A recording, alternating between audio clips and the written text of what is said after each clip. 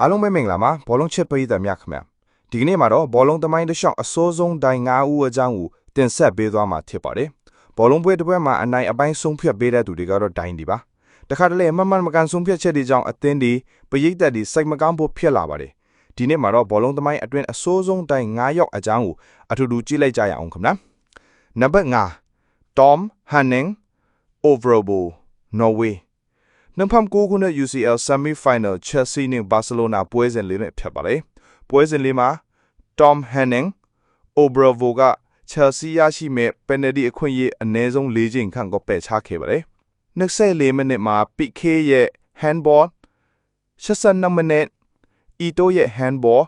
အချိန်ပိုတိုးဆော့တော်မိနစ်မှာ Barcelona နောက်ခံကစားသမား Eric Abidal က Didier Drogba ကိုဆွဲလဲပြီးဖိအားပေးခဲ့ပေမဲ့ penalty မပေးခဲ့ပါဘူးအဆုံးမှာ Barcelona က India Star ရဲ့ goal နဲ့ final တက်သွားပြီး Chelsea ပရိသတ်တွေအခုချိန်ထိ It's a disgrace ဆိုပြီးမေးမရနိုင်တဲ့ဒိုင်းထင်နေစေပါပဲနံပါတ်4 Ali Ben Nassr တူနီးရှားနိုင်ငံသားကွင်းလေတိုင်းဟာကမ္ဘာအဆိုးဆုံးနံပါတ်ကြီးကွင်းလေတိုင်းတဟုဖြစ်သတ်မှတ်ခံထားသူဖြစ်ပါတယ် WC World Cup 1986 quarter final အာဂျင်တီးနားနဲ့အင်္ဂလန်ပွဲစဉ်လေးကမာရာဒိုနာရဲ့ Hand of God ဖြစ်စဉ်တရုပ်ဆောင်ခဲ့တဲ့ဂိုးကိုမမြင်သလိုဆောင်ရွက်ခဲ့တဲ့တိုင်ကတော့ Ali Ben Nassr ပါပဲဖြစ်ပါတယ်ပွဲပြီးမှာအာဂျင်တီးနားဟာအင်္ဂလန်ကို 2-1 နဲ့အနိုင်ရပြီး semi-final တက်ခွင့်ရခဲ့ပါတယ်အခုထိဘောလုံးပရိသတ်တွေအတွက် Hand of God Ali Ben Nassr ဆိုပြီးမေးလို့မရတဲ့အရာဖြစ်နေစေပါပဲနံပါတ်3 Byron Moreno Ecuador နိုင်ငံသားကွေးလက်တိုင်တူဖြစ်တဲ့ Byron Moreno ဟာသူ့ဘဝမှာမေးပြောက်လို့မရနိုင်တဲ့အမှားတစ်ခုကိုကျူးလွန်ခဲ့ပါတယ်ဖြစ်စဉ်လေးကတော့အီတလီနဲ့ South Korea ကန်တဲ့ပွဲစဉ်လေးမှာအီတလီရဲ့ထိပ်တန်းကစားသမား Frame အချင်းပိုဆက်ရောက်နေရောက်ကန်ပြီး South Korea အသင်းက 2-1 နဲ့အနိုင်ရကအီတလီအသင်းဟာအရှုံးနဲ့လှည့်ပြင်ခဲ့ရပါတယ်နံပါတ်2 Graham Ball အင်္ဂလန်နိုင်ငံသားကွင်းလေတိုင်းတူဖြစ်တဲ့ Graham Ball ဟာ World Cup 2006 Croatia နဲ့ Australia ပွဲစဉ်မှာမလုပ်တဲ့အမှားတစ်ခုလုပ်ခဲ့ပါတယ်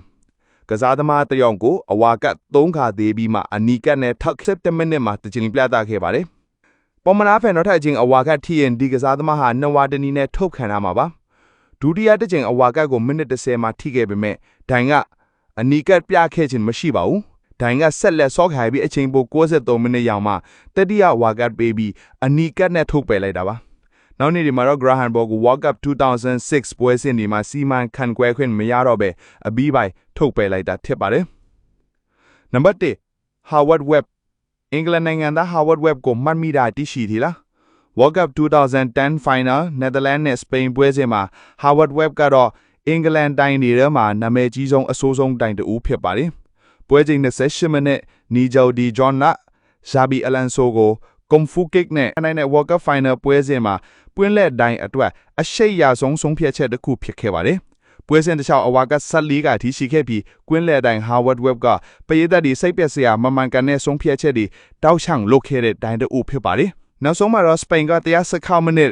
Andres India Star ရဲ့အသက်လုံးတဲ့ဂိုးနဲ့အနိုင်ရပြီးပထမဆုံး World Cup Champion ဖြစ်သွားပါတယ်။ဒါတွေကတော့ဘောလုံးသမိုင်းထဲမှာအမှားအယွင်းအများဆုံးဖြစ်ပြီးအခုချိန်ထိပရိသတ်တွေအမေးလို့မရသေးတဲ့ဒိုင်5ဦးလည်းဖြစ်ပါတယ်။ဘယ်တိုင်ကအဆိုးဆုံးလို့သင်ထင်ပါလဲ။ comment မှာရေးပေးခဲ့ကြအောင်နော်